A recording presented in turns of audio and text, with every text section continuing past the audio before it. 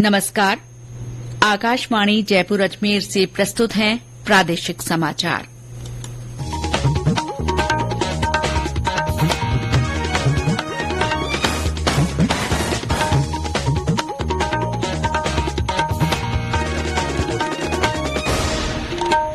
मुख्य समाचार। प्रधानमंत्री नरेंद्र मोदी ने विकसित भारत संकल्प यात्रा के लाभार्थियों से बातचीत की। सभी नागरिकों को पोषण और स्वास्थ्य की गारंटी की प्रतिबद्धता दोहराई। 16वीं विधानसभा का सत्र कल से। विधानसभा अध्यक्ष ने सर्वदलीय बैठक की।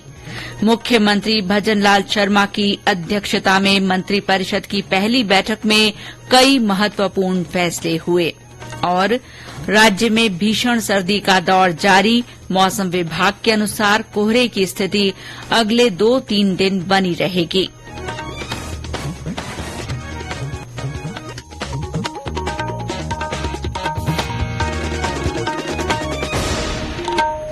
समाचारों के साथ मैं शीला चावला। और अब समाचार विस्तार से। प्रधानमंत्री नरेंद्र मोदी ने देश के सभी नागरिकों को पोषण और स्वास्थ्य की गारंटी उपलब्ध कराने की अपनी सरकार की प्रतिबद्धता दोहराई है। आज वीडियो कॉन्फ्रेंस के माध्यम से विकसित भारत संकल्प यात्रा के लाभार्थियों से बातचीत में श्री मोदी ने कहा कि पिछले 9 साल में 25 करोड़ से ज्यादा लोग गरीबी से बाहर आए हैं। उन्होंने कहा कि सरकार पारदर्शी और कुशल प्रशासन से गरीबी हटाने के लिए प्रतिबद्ध है। उन्होंने कहा कि पिछले 10 साल में 4 करोड़ से ज्यादा लोगों को पक्का मकान उपलब्ध करवाया गया है। हम पहले से 3 गुना तेजी से पक्के घर बना रहे हैं और गरीबों को दे रहे हैं। ये स्पीड है ना, वो सिर्फ काम की स्पीड नहीं है। हमारे दिलों में गरीबों के लिए जो जगह है ना, ये जगह गरीबों के प्रति प्रेम है ना, वो हमें दौड़ाता है। इसलिए तेजी से काम होता है। ऐसे ही प्रयासों ने देश में गरीबी को कम करने में बहुत बड़ी भूमिका निभाई है। प्रधानमंत्री ने कहा कि विकसित भारत संकल्प यात्रा ने 2 महीने पूरे कर लिए हैं और सरकार का लक्ष्य इस यात्रा के जरिए प्रत्येक नागरिक को कल्याणकारी योजनाओं से अवगत कराना है। उन्होंने कहा कि ये यात्रा अगले महीने भी जारी रहेगी क्योंकि इसे देश भर के लोगों से व्यापक समर्थन मिल रहा है। उन्होंने कहा कि विकसित भारत संकल्प यात्रा एक जन आंदोलन बन चुकी है और अब तक 15 करोड़ लोग इसमें शामिल हो चुके हैं। उन्होंने कहा कि देश की 70 से 80% पंचायतें इस यात्रा के दायरे में आ चुकी हैं। किसी के लिए महज आंकड़े हो सकते हैं, लेकिन मेरे लिए ये हर संख्या सिर्फ आंकड़ा नहीं है। मेरे लिए ये एक जीवन है। मेरा वो भारतीय भाई या बहन है, मेरा परिवारजन है जो अब तक योजना के लाभ से वंचित था। और इसलिए हमारा प्रयास है कि हर क्षेत्र में हम सैचुरेशन की ओर बढ़े। श्री मोदी ने विकसित भारत संकल्प यात्रा के लाभार्थियों के साथ संवाद के दौरान डूंगरपुर की महिला लाभार्थी ममता डिंडोर से बात की। ममता डिंडोर ने प्रधानमंत्री को बताया कि केंद्र सरकार की योजनाओं से उनकी जिंदगी में बदलाव आया है। ममता जी, आपको पीएम आवास योजना के कितने पैसे मिले? सर, मेरे को 1,48,000 का है, उसमें 1,20,000 मिले सर। उसमें शौचालय का है, बाकी के पैसे मेरे को रोजगार में मिले सर। जितने कैंप हुए उसमें मैंने भाग लिया और लोगों को भी मैंने बताया है कि गारंटी वाली गाड़ी है, अपना काम गारंटी के साथ होगा सर। इस बीच प्रदेश में संकल्प यात्रा के शिविर जारी हैं। डीग जिले की ग्राम पंचायत ककड़ा, बेढ़म, इकलेरा, अऊ, शीशवाड़ा, टूडा और बद्रीपुर में आयोजित हुए शिविर में केंद्र सरकार की विभिन्न योजनाओं का पात्र लोगों को लाभ मिला। इसके साथ ही अऊ गांव में लगाए गए फॉलो अप कैंप में वंचित परिवारों का सर्वे कराकर उन्हें लाभ पहुंचाने की कार्रवाई शुरू की गई है। अऊ गांव में लगे शिविर में सीमा शर्मा को केंद्र सरकार की उज्ज्वला योजना के तहत निःशुल्क गैस कनेक्शन मिलने पर उन्होंने प्रधानमंत्री का आभार जताया। मैं सीमा शर्मा, वाइफ ऑफ पंकज शर्मा, ब्लेज फ्रॉम आऊ। मुझे प्रधानमंत्री के द्वारा चलाई गई बहुत सारी योजनाओं में से एक उज्ज्वला योजना है, जिसमें महिलाओं को फ्री गैस सिलेंडर दिए जाते हैं। मैंने इस योजना का लाभ उठाया है और इसके लिए मैं प्रधानमंत्री जी के लिए आभार हूँ। मैं सभी महिलाओं से यह अनुरोध करती हूँ कि आप भी इस योजना से जुड़ें। इसी गांव के शिवचरण को कृषक संबल योजना के तहत कृषि विभाग की ओर से सिंचाई के लिए फार्म पॉन्ड योजना का लाभ मिला।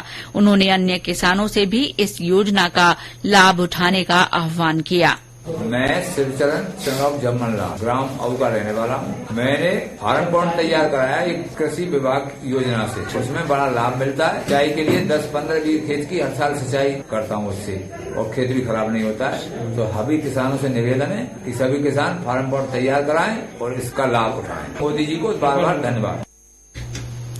श्रीगंगानगर जिले के 42H सहित कई गांवों में शिविर लगे। गंगापुर सिटी और बामनवास में भी शहरी क्षेत्र के पात्र वंचितों को जन कल्याणकारी योजनाओं से जोड़ा गया।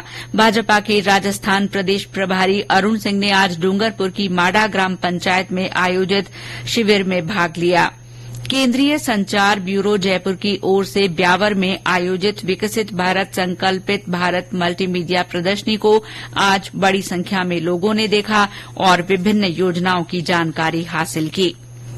16वीं विधानसभा का सत्र कल से शुरू होगा। सत्र की शुरूआत राज्यपाल कलराज मिश्र के अभिभाषण से होगी। अब तक सदन में शपथ नहीं ले पाए विधायकों के भी कल शपथ होने की संभावना है।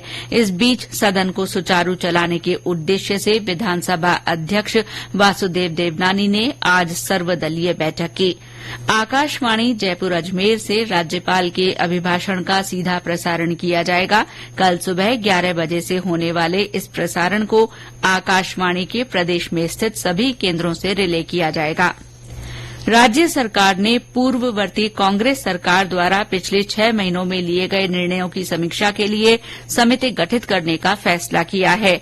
आज जयपुर में मुख्यमंत्री भजनलाल शर्मा की अध्यक्षता में मंत्रिपरिषद की पहली बैठक में ये फैसला लिया गया। समिति 3 महीने में अपनी रिपोर्ट मुख्यमंत्री को पेश करेगी।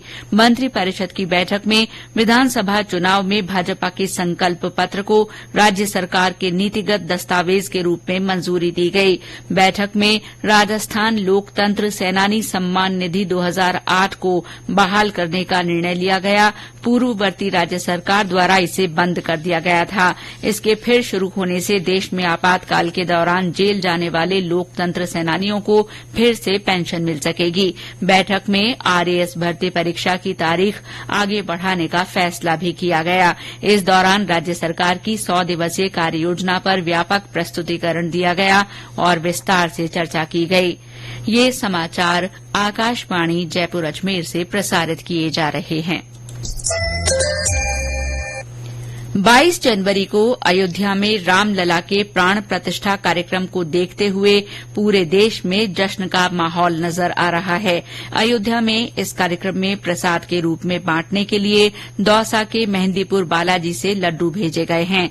आज राज्यपाल कलराज मिश्र ने दौसा के मेहंदीपुर बालाजी मंदिर में दर्शन कर मंदिर ट्रस्ट की ओर से तैयार किए गए करीब 2.5 लाख लड्डुओं से भरी गाड़ी को अयोध्या के लिए रवाना किया। वहीं राम नाम लिखे हुए दुपट्टे और कंबल भी अयोध्या भेजे गए। नई दिल्ली में आयोजित होने वाले गणतंत्र दिवस समारोह में देश भर से 15,000 अतिथियों को विशेष रूप से आमंत्रित किया गया है। राजस्थान से कुल 380 प्रतिभागियों को गणतंत्र दिवस समारोह में आमंत्रित किया गया है। अजमेर में ख्वाजा मोइनुद्दीन हसन चिश्ती के 812वें सालाना उर्स में आज कुल की रस्म अदा की गई। इसके साथ ही उर्स आज औपचारिक रूप से संपन्न हो गया। हमारे अजमेर संवाददाता ने बताया कि कुल की रस्म से पहले महफिल खाने में उर्स की आखिरी महफिल हुई।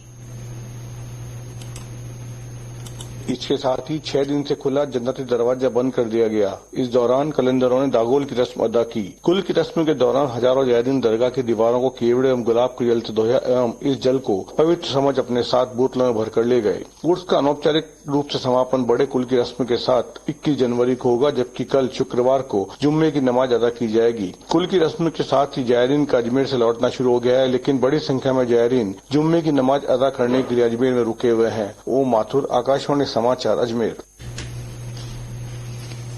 इस साल की हज यात्रा के लिए अब तक 4000 से ज्यादा आवेदन पत्र ऑनलाइन आए हैं। इनमें से 1580 कवर नंबर अब तक जारी किए जा चुके हैं। कवर नंबर की आवंटन प्रक्रिया को बेहतर बनाने के लिए स्टेट हज कमेटी ने हज यात्रियों के लिए हेल्पलाइन नंबर जारी किए हैं। राजस्थान स्टेट हज कमेटी के अधिशासी अधिकारी डॉ महमूद अली खान ने बताया कि ऐसे हज आवेदक जिन्हें अभी तक कवर नंबर आवंटित नहीं हुए हैं या कवर नंबर में किसी तरह की गलती है तो वे राजस्थान स्टेट हज कमेटी के फोन नंबर 01412634 और मोबाइल नंबर 8005678080 पर संपर्क कर सकते हैं। और अब मौसम। प्रदेश में भीषण सर्दी का दौर बना हुआ है। अधिकांश स्थानों पर न्यूनतम तापमान 10 डिग्री सेल्सियस से नीचे आ गया है। मौसम विभाग के अनुसार गंगानगर, जैसलमेर और पिलानी में बेहद ठंडा दिन दर्ज किया गया। वहीं बीकानेर में भी शीत दिन दर्ज हुआ। सबसे कम 4.9 डिग्री सेल्सियस तापमान पिलानी में रिकॉर्ड किया गया। राजधानी जयपुर में कल के मुकाबले तापमान और गिरकर 5.8 डिग्री पर आ गया। इस बीच मौसम विभाग ने कल भी हनुमानगढ़ और गंगानगर में बेहद ठंडा दिन दर्ज होने की चेतावनी दी है। मौसम केंद्र जयपुर के निदेशक राधेश्याम शर्मा ने बताया कि कोहरे की स्थिति भी अगले 2-3 दिन बनी रहेगी। अति घना कोहरा और शीत दिन की परिस्थितियां अभी भी राजस्थान में अगले 2-3 दिनों तक जारी रहने की संभावना है। इस दौरान पश्चिमी राजस्थान के बीकानेर संभाग, वहीं जोधपुर संभाग के सीमावर्ती क्षेत्रों में, इसके अलावा शेखावाटी क्षेत्र, जयपुर और भरतपुर संभाग के कुछ इलाकों में कहीं कहीं घने से अति घना कोहरा अगले 2 दिनों के दौरान, और कोहरे के कारण दिन का अधिकतम तापमान औसत से 5 से 7 डिग्री सेल्सियस तक कहीं कहीं नीचे दर्ज किया जा सकता है। दक्षिणी राजस्थान की बात करें तो अधिकांश भागों में मौसम सामान्य रहेगा। इसके अलावा आगामी 1 सप्ताह के दौरान राजस्थान में मौसम पूरी तरह से शुष्क रहेगा। और अंत में मुख्य समाचार एक बार फिर। प्रधानमंत्री नरेंद्र मोदी ने आज विकसित भारत संकल्प यात्रा के लाभार्थियों से बातचीत की। उन्होंने सभी नागरिकों को पोषण और स्वास्थ्य की गारंटी देने की प्रतिबद्धता दोहराई। 16वीं विधानसभा का सत्र कल से शुरू हो रहा है। इससे पहले आज विधानसभा अध्यक्ष वासुदेव देवनानी ने सर्वदलीय बैठक की। मुख्यमंत्री भजनलाल शर्मा की अध्यक्षता में मंत्रिपरिषद की पहली बैठक में कई महत्वपूर्ण फैसले हुए। और राज्य में भीषण सर्दी का दौर जारी है। मौसम विभाग के अनुसार राज्य में कोहरे की स्थिति अगले 2-3 दिन बनी रहेगी। इसके साथ ही प्रादेशिक समाचार बुलेटिन समाप्त हुआ। नमस्कार।